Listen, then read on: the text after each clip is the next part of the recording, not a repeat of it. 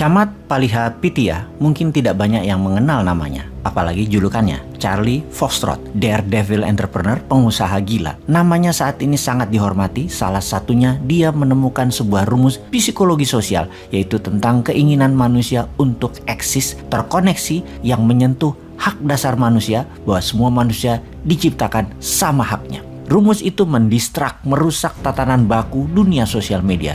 Sewaktu dirinya mempresentasikan idenya, maka seorang pemimpin revolusioner, Mark Zuckerberg, bersedia merombak ulang Facebook. Inilah yang terjadi di tahun 2008, sehingga dalam 1 tahun, di mana di tahun 2009, dari 50 juta pengguna Facebook, meningkat menjadi 750 juta membernya. Dia sendiri bergabung di Facebook di tahun 2005 sebagai VP Engineering yang dalam 3 tahun mengusulkan perubahan radikal, membongkar Facebook ala sosial media terdahulu menjadi baru, yaitu apa yang kita pakai di Facebook sekarang ini. Saat ini, Camat Palihapitiya sudah tidak bersama Facebook lagi, namun sudah menjadi seorang venture kapitalis yang besar yang dia bangun selagi dirinya masih bekerja di Facebook. Apa yang Camat lakukan menginspirasi New Mind. New Mind harus membongkar cara bernegara Indonesia, bukan hanya membongkar tapi merusak dan membangun kembali dengan cepat. Kita mulai dengan memahami apa itu pernyataan kalau ingin melakukan perubahan yang terjadi di masa ini dan perubahannya harus sangat cepat, maka destruction is a job number 1. Ya, syaratnya itu, sebelum, kalau kita bisnis, before the competition does to us. Merusak adalah pekerjaan utama sebelum kompetitor kita melakukannya. Namun, dalam hal bernegara, kita harus membongkar hal yang tidak cocok untuk masa depan negara dan bangsa, tapi tidak mengubah Pancasila, Undang-Undang 45, Bhinneka Tunggal Ika, dan NKRI. Yang diubah cara bernegaranya, kembalinya ke ekonomi Pancasila, kembalinya ke bernegara Pancasila. New Mind mempurifikasi bernegara kembali ke akarnya NKRI. Kita kembali ke topik. Tugas utama pemimpin adalah merusak dan membangun. Sekilas pernyataan itu gendeng. Di zaman super disruptor ini, kemampuan seseorang pemimpin bisnis memang tidak cukup lagi hanya piawai membangun bisnis. Dia juga harus piawai merusak bisnisnya. Steve Jobs piawai merusak Apple dari Apple 1.0 yang hampir bangkrut menjadi Apple 2.0 yang gagah perkasa dengan iPod, iPhone, dan App Store-nya hingga saat ini. Cerita lain lagi. Layanan pos mati dimakan killer apps baru seperti email, SMS, WA, Telegram, dan ATM.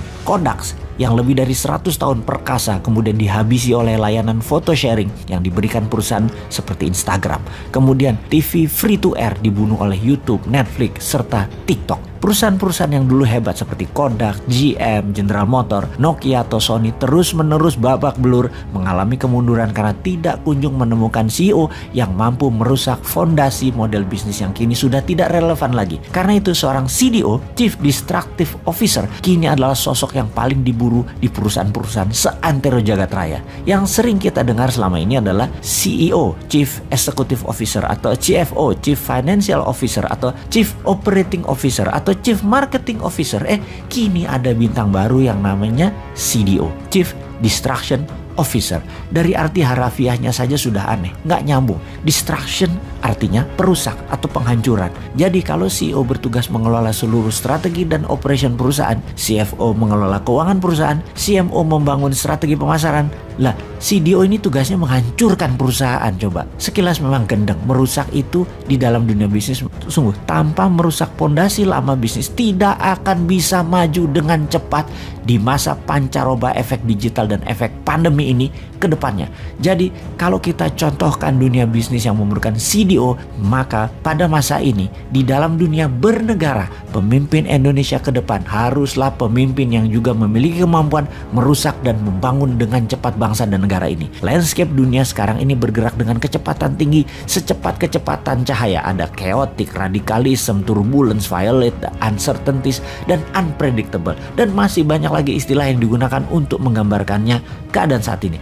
Landscape dunia saat ini bergerak dengan kecepatan cahaya ini bukan tanpa resiko dan bukan tanpa bahaya. Bahayanya sangat-sangat besar. Ada climate change, ada krisis ekonomi karena pandemi, ada krisis kesehatan, ada biological warfare, ada krisis keterbatasan sumber energi. Untuk bisa survive di tengah perubahan yang chaotic dan membuat Indonesia menjadi negara superpower, maka kata kuncinya terletak pada satu kata, yaitu penghancuran. Untuk sukses di era light speed changes ini, kita tidak boleh segan-segan menghancurkan sendi-sendi kesuksesan masa lalu kita. Break with immediate past. Kenapa? karena barangkali formula dan sendi-sendi kesuksesan tersebut sudah tidak relevan lagi untuk sekarang dan masa depan. Bahkan kalau perlu, New Mind harus bisa bengis membunuh cara bernegara Old Mind dan membangun kembali cara bernegara yang baru tanpa merubah Pancasila dan Undang-Undang 45. Kita tak perlu ragu untuk menghabisi model bernegara yang lama yang sudah tidak relevan lagi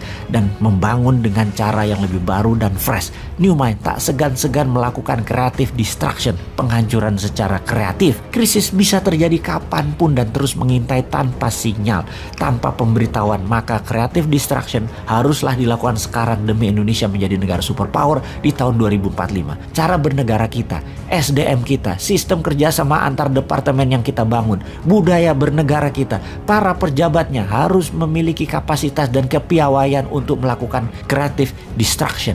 Indonesia di bawah New Mind haruslah memiliki alert system untuk mengendus munculnya krisis dunia dan penjajahan ekonomi modern yang dilakukan oleh negara-negara besar lainnya untuk mengambil kekayaan alam Indonesia. Kalau sudah demikian, menjadi jelas bahwa kesuksesan bernegara Indonesia akan ditentukan oleh kapasitas melakukan creative destruction. Dan kalau kita sepakat dengan keberlangsungan survival of the nation adalah tujuan paripurna membangun kekuatan bernegara, maka kesuksesan itu tak lain adalah sebuah perjalanan panjang di mana kita melompat dari satu creative destruction ke creative destruction yang lain di dalam mengelola dan membangun negara. Persis seperti yang dilakukan oleh Putin, Erdogan, Xi Jinping lebih dari 15 tahun. Ingat, sustainability is journey of destruction. Di dalam membangun yang sustain, maka perjalanan panjang adalah merusak hal yang tidak relevan dengan kebaikan masa kini dan demi kebaikan masa depan. Untuk sukses melakukan destruction safari, kita butuh seorang pemimpin bangsa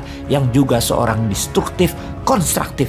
Siapakah itu di masa depan yang bisa membangun tanpa asing, tanpa hutang dan menomorsatukan karya anak bangsa itu?